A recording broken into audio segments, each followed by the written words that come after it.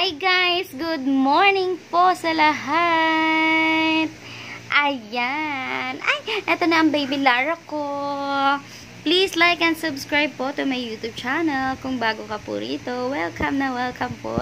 At kung lagi kang nanonood sa akin, maraming salamat po sa panunood. Ngayon po, pag-uusapan po natin yung mga family planning. Gaano nga ba kahalaga yung mag-family planning tayo? Syempre mga kailangan nating matutukan ng ating mga junakis. Kasi, syempre kawawa naman sila. Yung kuya ko nga, 5 years old na nasundan, pero nagsiselos pa. Hindi kasi natin sila maalagaan ng maayos. Nakikita mo yung mga sobrang dami ng mga anak, hindi na nila mapunasan yung mga babies nila. So, nagbukas silang dugyot, diba? So, kawawa talaga, ayun kawawa talaga, yung mga baby pag nadudugyot na. Hindi ko nga maasikaso na dalawa lang yung, mga babies ko. Hindi ko sila masyadong maasikaso kasi nga, marami din akong labahan. Pero, syempre, pag may family planning tayo, magagawa pa rin natin kung ano yung gusto natin para sa mga anak natin. Maibigay natin yung kanilang pangangailangan. Kahit hirap na hirap sa buhay, pero mabibilhan pa rin natin sila ng damit, ng pagkain, ganun. Paano naman kung sobrang dami?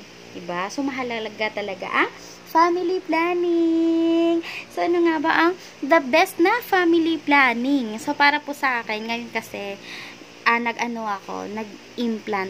implanon, yung nilalagay dito sa braso. For 3 years siya. Kaso, sa akin kasi, na-stuck na siya ng 1 year. So, ang nangyayari, 2 years na lang. Hanggang 2 years na lang po yung aking implanon. So, maganda naman po siya, pero hindi ako nire-regla. Ewan ko lang.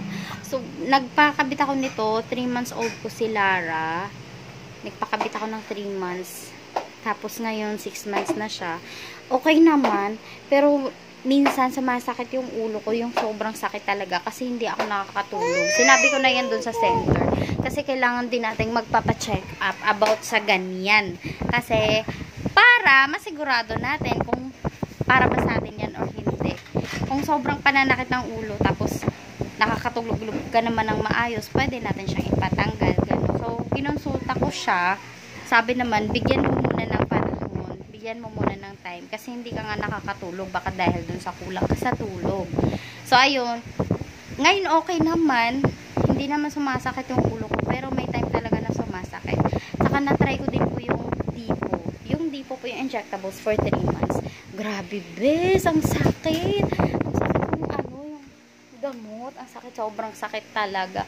Tapos, ngalay na ngalay ako. Ito naman, yung anesthesia lang yung masakit sa implant. Pero hindi siya ganun kasakit. Yun lang talaga. Tapos, yung paglagay na nung parang binabaril ka lang. Yung para sa sa tenga, ganun lang. Katapos nun, wala na. Hindi na masakit. Wala ka nang mararamdaman. Tapos, yung sa yung injectable sa 3 months dati, yung ko nun, yung balat ko, nagda-dry, sobrang dry na dry, tapos ang sarap kumain. Sobrang taba ko nun, kahit walang ulam, kaya kong kainin yung 5 platong kanin. Ganun, katindi. Sobrang taba. Kasi ang sarap, parang ang tamis ng kanin. Feeling ko ang tamis-tamis. Pero hindi na rin siya healthy pagka ganun. Kailangan talaga natin mag-control din. Ngayon nga, ang sarap-sarap kumain eh. Ganun din yung effect sa akin. Tapos yung sa naman, yung sa tablet naman, yung lady, na-try ko yung lady, tapos nangingitim yung ilong ko. Sobrang itim. Tapos dito, nangingitim din. Nagkakapekas ako dahil doon. So, lang siya, hiyangan. Tapos na-try ko din yung Trust, yung kulay pink. Okay naman siya sa akin. Ayan, okay naman siya. Tapos nga, yung yung ate ko, ganun din yung nangyari sa kanya, yung sa lady, yung kulay dilaw. Punong-puno dito ng pekas. Ayan, nagkakapekas siya dahil doon. Kung etong pekas ko, kasi may pekas ako na konti, hindi siya kita sa camera. Dahil to sa pagbubuntis ko kay Lara dati. Lumabas siya nung nabuntis ako kay Lara. Yun lang. Tapos, okay naman siya kung hindi ka makakalimutin, yan. Okay naman siya. or pwede kang mag-alarm. Kaso hindi kasi siya pang long term eh. Kaya mahirap din. Pag nakalimutan mo, nako, wala na. Pag nakalimutan mo isang beses, okay pa siguro isang beses. Aray ko, pag dalawa, kasi dodoblihin mo yun eh. Pag umabot na ng 3, nako, wala na. Wala ka ng pag-asa. Kahit nga isa eh.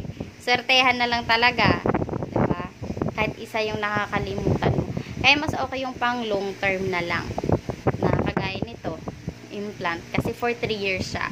Pero sa akin 2 years na lang to eh. Kasi na-stuck na siya ng 1 year. Aray ko. Sa ano naman, yung for 3 months, okay din siya. Kaso, lagi kang nasasaktan every 3 months eh. Sakit kasi ng gamot. Pero okay na rin. Kaysa naman, 'di ba, makakalimutan mo, hindi ka safe. 'Di ba, B? Ay. So sira na pala yung phone ko. So ganyan, hindi pa kami makakabili dahil wala pa kami pera ni Lara. Pero mapapaayos din namin ito kasi nagtutupad ako, 'di ba? At saka nung dito yung pumunta dito yung Itbulaga. 'Di ba sabi ko last time, pumunta sila dito, hindi kami nasugod bahay. Pero okay pa rin, panalo kami kasi meron kaming Lara at Kuya. Yay! Panalo talaga pag may mga babies tayo, mga mami. Panalo pa rin tayo sa lahat ng panahon. Sa lahat ng bagay tayo ay panalo kaysa mga walang babies, no? Walang mga anak. Kami ay panalo. Yay! 'Di ba? Ito yung aming ating source of strength. Diba? Diba? Yung kayang-kaya natin gawin ng lahat kahit pagod na tayo kasi may anak tayo. Oh. Diba? Thank you guys for watching. Bye. Bye.